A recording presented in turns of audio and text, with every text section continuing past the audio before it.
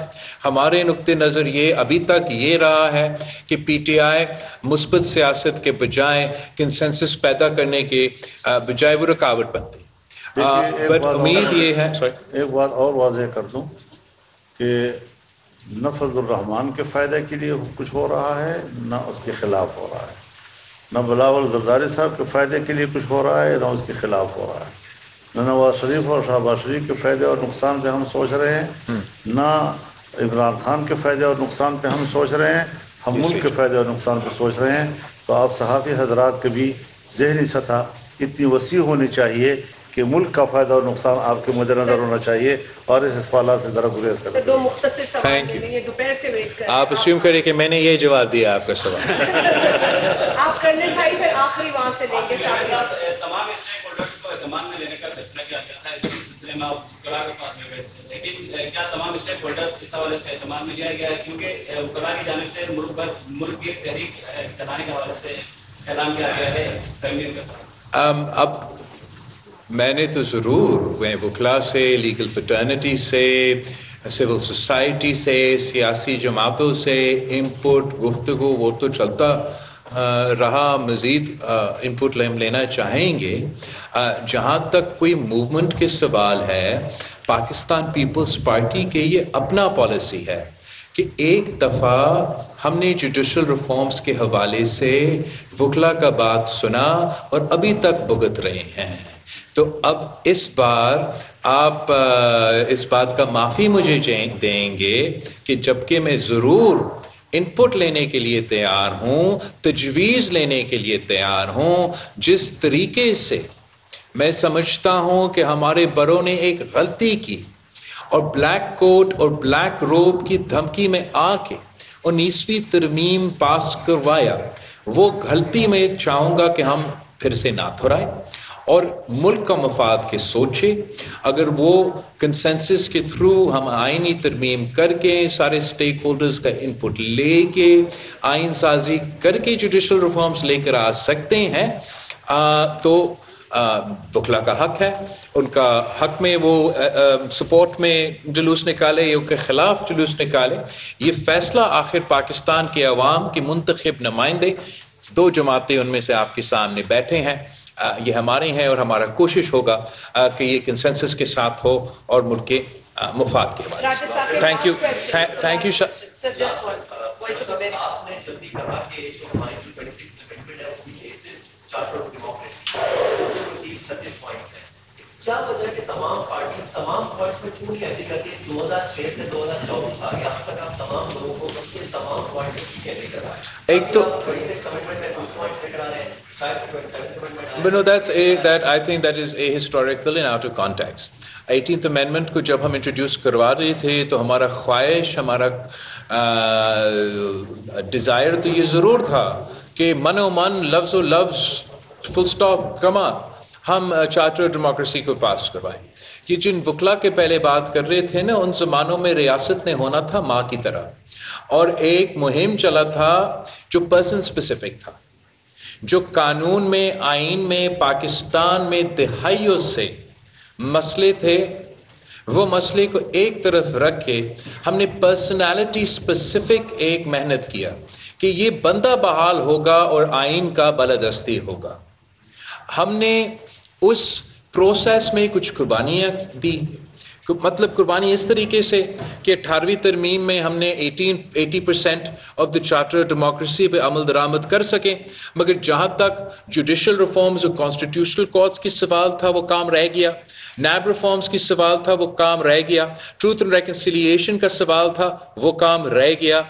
آج اس لیے کہ ہم 26th امینڈمنٹ کی صورت میں جوڈیشل ریفارمز پہ کنسنسس بنا رہے ہیں، اس کا یہ نہیں مطلب کہ میں نے نیب ریفارمز یا ٹروتھ اینڈ ریکنسیلیشن یا چارٹر ڈیموکریسی کا کسی کمپوننٹ کو بھول چکا ہوں.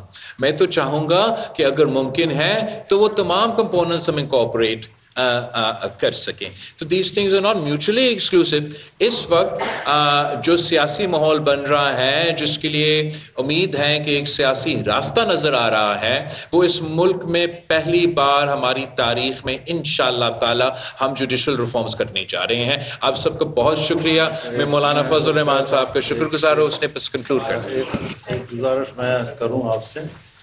دیکھیے جو چارٹر آف ڈیموکریسی ہے یہ نہ پاکستان کے آئین کا متبادل ہے، یہ نہ کسی اپنی پارٹی کے منشور کا متبادل ہے. مختلف سیاسی جماعتوں کے بیچ میں ایک اخلاقی معاہدہ ہے. وہ اخلاقی معاہدہ جب جمہوریت کا آپ تصور کریں گے تو جمہوریت میں تدریجی اصلاحات کا تصور ہوتا ہے. لہذا جب بھی کوئی ایسے مراحل آتے ہیں جیسے آج آئینی ترمیم کا مسئلہ ہے، کل کوئی اور مسئلہ آ جائے گا، پھر اور مسئلہ آ جائے گا، تو اس میں تمام سیاسی جماعتیں اس اخلاقی معاہدے کی طرف بھی دیکھیں گی کہ یہاں ہم نے کن باتوں پہ اتفاق کیا تھا تاکہ اس مسئلے کی طرف پہنچنے اور منزل کو حاصل کرنے میں آسانی ہو. تو یہ ہمارے سیاسی عمل کے لیے، ملک میں سیاسی فیصلوں کے لیے ایک آسانی پیدا کرنے والا اخلاقی معاہدہ ہے. جہاں جہاں ہمیں وہ یہ تعاون دے سکے گا ہم وہ تعاون حاصل کریں گے اور اس سے استفادہ کریں گے. وآخر دعوانا تھینک یو. بہت شکریہ. پاکستان کی سیاست کی بڑی خبر، جے یو آئی اور پیپلز پارٹی کا آئینی ترمیم کے مسودے پر اتفاق ہو گیا ہے. یہ بتایا گیا ہے مولانا فضل الرحمان اور بلاول بھٹو کی جانب سے کہ کل ان کی ملاقات مسلم لیگ نون کے سربراہ نواز شریف سے ہوگی. مولانا فضل الرحمان نے کہا کہ اس اتفاق رائے میں بلاول بھٹو کا بڑا کردار ہے.